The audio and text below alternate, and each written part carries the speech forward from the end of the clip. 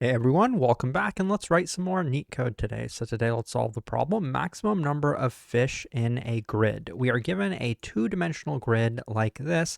Every value in it is either going to be 0, which means it represents a land position, or it could have some positive number, meaning it represents a water cell that is guaranteed to contain a positive number of fish. So the number is what represents how many fish there are at that position.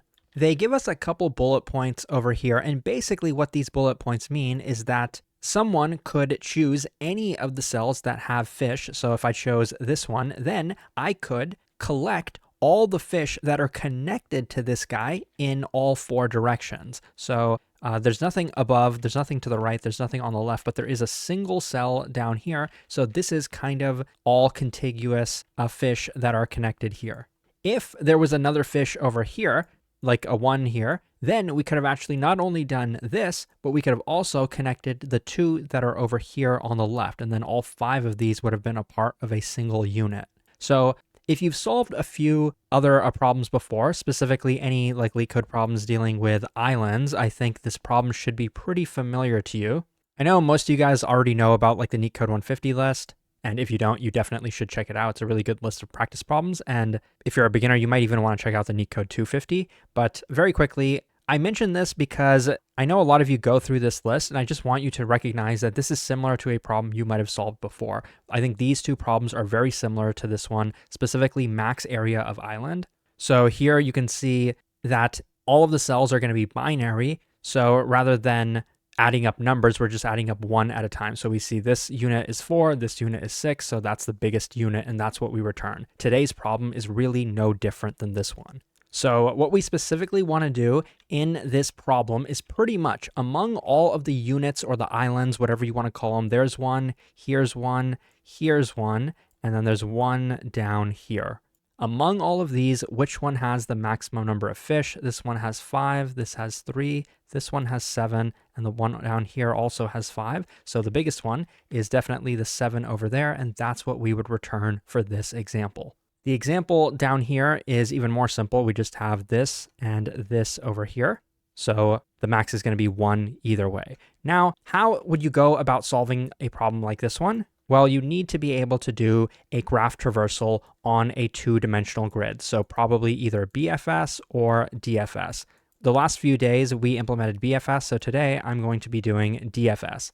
And I'll go ahead and show you the high level of how this algorithm works, but I will say if you're a beginner to graph traversals in general, this is probably going to be a very difficult problem for you.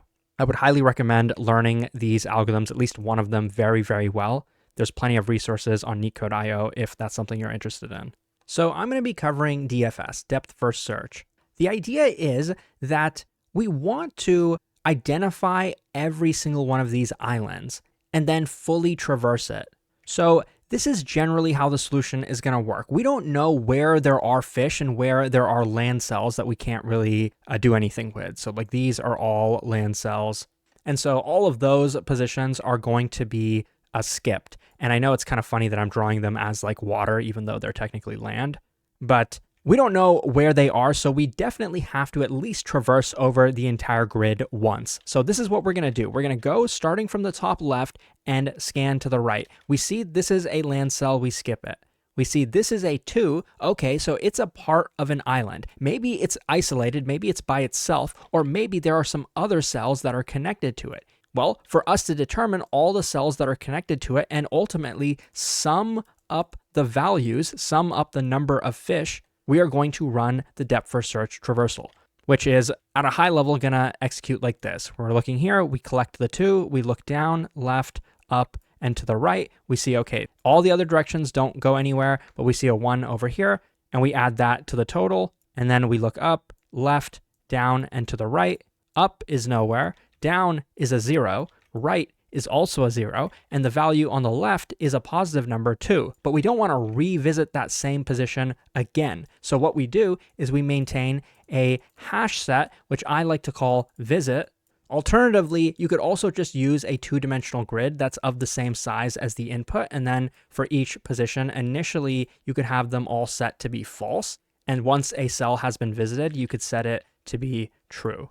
So that's the idea. So for the first island, we collected a total of 3.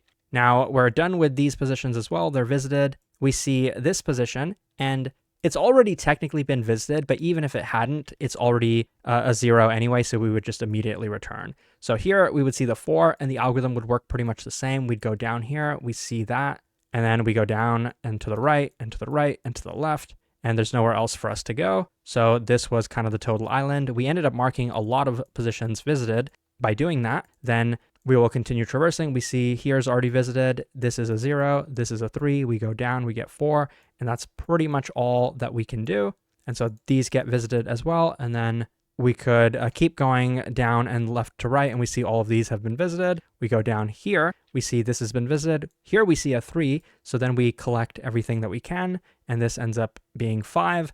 And then this last one is also visited. So for each of these islands that we saw, we execute the DFS, and the DFS is going to return to us the number of fish on that particular island. What we're trying to do is figure out which one of them is the max, so we can just maintain a result, and at each step, at each time this function returns, we just maximize the result.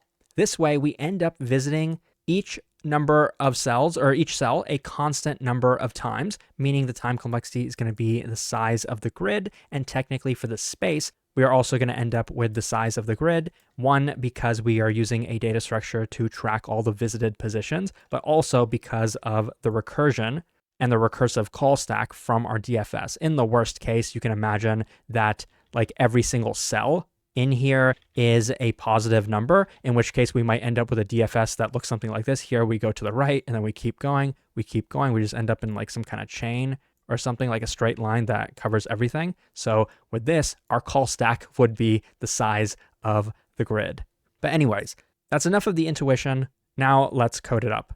So what I'm going to do here is write my function header for DFS. It's going to take in a couple coordinates. I'm not going to pass in the grid or like the visit hash set directly into here. That's why I'm defining this as a nested function, because then anything we declare outside of the function can be accessible in there. So what I like to do is first just get the dimensions of the grid. I like to use this naming convention so that we actually know whether we're looking at a grid or rather we're looking at a row or a column. And so I get the dimensions. Then I want to do something like this. I want to do nested loops because I want to call my DFS from every single position. So something like this. But I only want to call DFS on here if this is a positive value. You technically don't need this if statement, and I don't think it would make that big of a difference. So maybe we can try removing it and see what happens. But we need this position to be positive if we want to make a DFS call that actually returns a non-zero value. If it was 0, then this would return 0 anyway, which wouldn't really be a big deal, but it's worth having this. With this value, we want to make sure we maximize the result. So we're going to declare a result out here. That's what we want to return ultimately. And so every time we call this DFS, we want to see if it has returned a new maximum value for us. If it has, we will update our current max. It's also worth adding a guard here to make sure that this position hasn't already been visited. So we can say, and this coordinate is not in the visit hash set, which I haven't declared yet, but I'll go ahead and do that now. Visit is going to be a hash set. So now we pretty much have all of our code done. We just haven't done DFS. If you're not familiar with DFS, maybe you could have gotten at least this far, or maybe you forgot how to implement it, something like that. Either way, I'll show you how to implement it now. I think probably the most important thing is just the base case. We want to make sure we do not go out of bounds. So we need some way to detect that if we don't want to get like an out of bounds index error. So we can check if the row is less than 0, or the column is less than 0, or the row has gone the other way, it's too big, it's equal to the number of rows, or the column is equal to the number of columns, or maybe, and these are ones that you might forget, we've reached a water cell. So this cell has a value of 0, or this cell has already been visited. This tuple is in the visit hash set. If any of these are true, we want to return. But what exactly should we return? Well, if we're out of bounds or we see cells that do not have any fish, or they've already been visited, we can probably return 0. Otherwise, we will now start to go through the neighbors, but first we should mark this position as visited. So visit.add this tuple. And now recursively from this function for the remaining cells that we are going to visit, we want to total up the total number of fish because that's ultimately what we're returning from the DFS. So what I'm going to do is first initialize result not with 0, but with the value that is at the current coordinates. So I'm going to say this is grid row column. Then we want to go through the neighbors.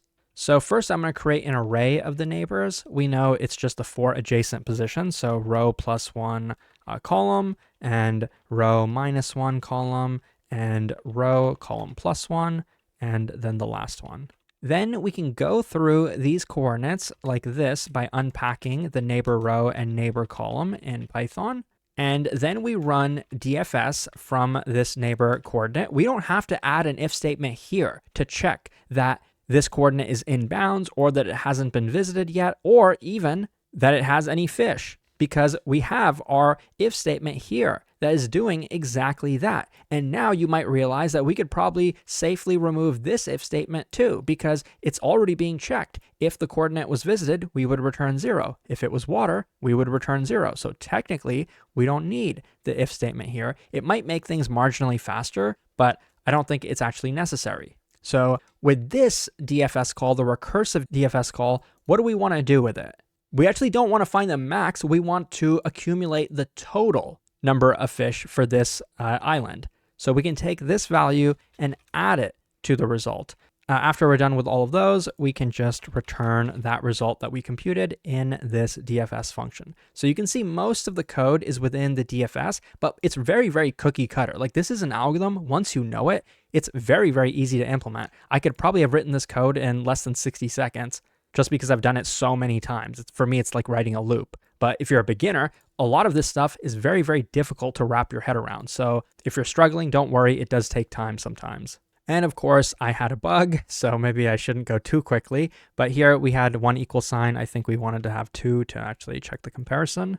But here you can see that the code works. I promise you it is pretty efficient because you can see that the ones over here, for example, this one is like 96% or something. It's only about like 2 or 3 times faster. It runs in 27 milliseconds. Ours is 71. So let's see what they did that is so special. I don't think they've actually done anything special. So it looks to me like they have almost exactly the same code that we do, except it looks like they're not using a hash set. They're using a 2-dimensional array for visit. So we can quickly make that change as well. Here, I will just create a 2-dimensional grid of falses, and then in here, we can just check that visit is true at those indices. And then here, we can just say that it is now set to true at those indices. Let's see if that changes anything. And let's also add the if statement over here so that we can prevent the recursive call, because I think there is overhead in executing like a function call and then inside of the function call executing an if statement. It's probably a bit faster to just add it over here. So if the grid value is non-zero or this is false, then let's execute this line of code. So let's give this a run. Here you can see it's like slightly faster. So I guess those changes didn't really make a big difference, but it also kind of tells us that these Leetcode runtimes are pretty random. Don't worry if you're not like in the top percentile. These things really don't matter. I mean, I know when you see the green, it probably makes you feel good, but I think it's mostly a distraction. Just focus on learning like the fundamentals and keep improving your skills. If you found this helpful, check out Leetcode.io for a lot more. Thanks for watching, and I'll see you soon.